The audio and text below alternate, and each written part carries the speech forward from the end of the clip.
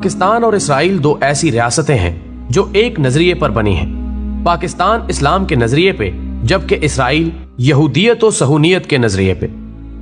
یہ دونوں نظریات ایک دوسرے کا الٹ ہیں اور ان کا ٹکراؤ ہمیشہ ہر دور میں رہا ہے۔ قیام پاکستان کے اوائل میں ہی اس بات کا اعلان کر دیا گیا تھا کہ پاکستان کبھی اسرائیل جیسی متنازع مملکت کو تسلیم نہیں کرے گا، اور یہ الفاظ کسی اور کے نہیں بلکہ بابائے قوم حضرت محمد علی جناح رحمۃ اللہ علیہ کے تھے۔ اول دن سے اسرائیل پاکستان سے خائف تھا اور پاکستان کا وجود اس کے لیے باعث تسلیم نہیں تھا۔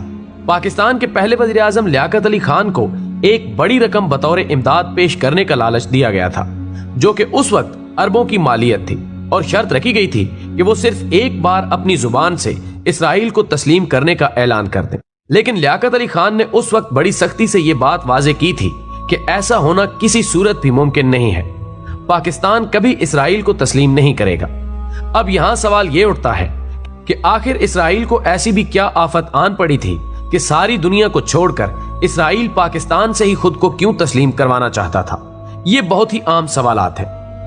خواتین و حضرات، پاکستان بننے کے چند سال بعد اسرائیل کے وزیر اعظم نے اسرائیلی قوم کو مخاطب کر کے کہا تھا کہ تمہیں عربوں سے کوئی خطرہ نہیں، تمہیں خطرہ صرف پاکستان سے ہے۔ پاکستان کے وجود کو مٹانا ہوگا۔ یہاں سوچنے کی بات یہ ہے کہ آخر اس وقت ایک غریب اور پریشانیوں اور مسائل سے گھرے لٹے پٹے ایک ملک سے کسی کو کیا خطرہ ہو سکتا تھا؟ اس وقت پاکستان کے پاس کوئی اتنے جدید ہتھیار بھی نہیں تھے، نہ ہی ایٹم بم کا تصور تھا۔ عرب ممالک تو اس وقت بھی تیل اور قدرتی وسائل سے مالا مال تھے، اسرائیل کو ٹکر دینے کی پوزیشن میں بھی تھے، لیکن اسرائیل کی کمال چلاکی سے ان کی حکمرانی میں عیاشی اور فحاشی کا ایسا زہر سرایت کرایا کہ وہ اسرائیل کے خلاف بولنا بھی بکواس سمجھنے لگے۔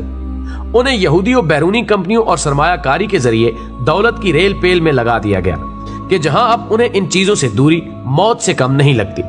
پاکستان کو ہر طرح سے لالچ دینے کے بعد 1965 میں انڈو پاک خون ریز جنگ چھیڑی گئی، جہاں اسرائیل نے انڈیا کی ہر طرح سے مدد کی، لیکن الحمدللہ مجاہدین وطن نے دشمنوں کو مار بھگایا۔ اسرائیل نے ہر فورم پہ خاموشی سے ہی صحیح لیکن پاکستان کی مخالفت کی۔ ہمارے ملک کے غدار سیاستدان تو شاید دہائیاں پہلے ہی اسرائیلی مال کے لیے اپنا ملک و دھرم بیچ دیتے، لیکن اس قوم کی طرف سے آنے والے رد عمل اور پاک فوج کی طرف سے سخت مخالفت کا ڈر ہمیشہ انہیں اس قدم سے روکتا رہا۔ ہمارے سیاستدانوں نے ملک کو اسرائیلی اور اس کے دجالی اداروں کا محتاج کرنے میں کوئی کسر باقی نہ رکھی۔ یہ اسرائیل کا ہاتھ ہی تھا کہ 1971 میں آپ دو لخت ہو گئے۔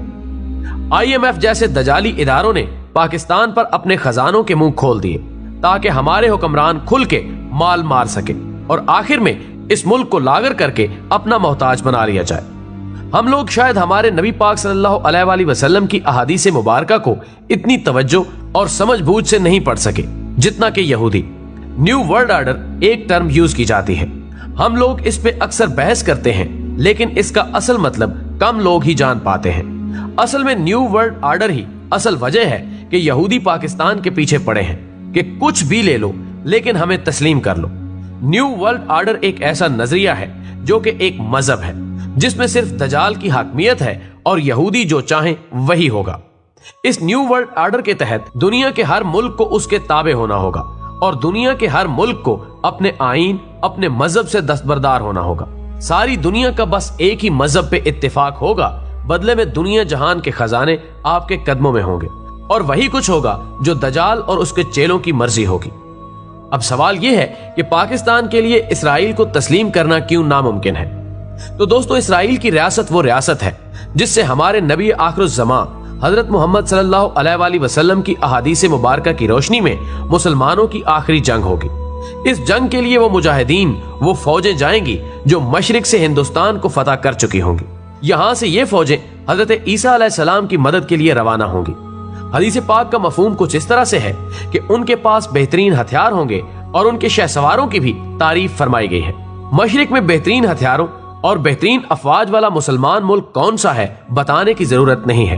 شاہ سوار سے میرے ناقص علم کے مطابق شاید نبی دو جہاں حضرت محمد صلی اللہ علیہ وآلہ وسلم کا اشارہ پائلٹس اور جہازوں کی طرف اور یا پھر مسلمانوں کے زیر استعمال ٹینکوں، میزائلوں یا گاڑیوں کے متعلق ہو سکتا ہے، واللہ علم۔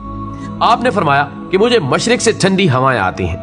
دوستو، مشرق میں کون سا ملک اسلام کے نام اور اللہ کے نبی حضرت محمد صلی اللہ علیہ وآلہ وسلم کی دعا سے وجود میں آیا، یا کن کن ہستیوں نے اس ملک کے قیام میں کردار ادا کیا، یہ بھی بتانے کی ضرورت نہیں ہے۔